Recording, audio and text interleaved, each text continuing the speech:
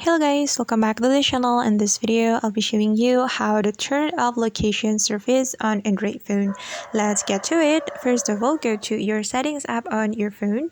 Then you have to find a location menu and it's over here. Just tap on it. And if you want to turn off the location, you can simply click on this toggle button. Then now the location has been turned off, and actually there is another way to turn off the location. You can swipe down your screen to go to notification panel.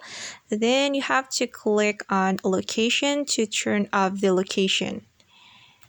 Alright guys, and that's how we can turn off location service on Android phone. I hope this video will be helpful for you.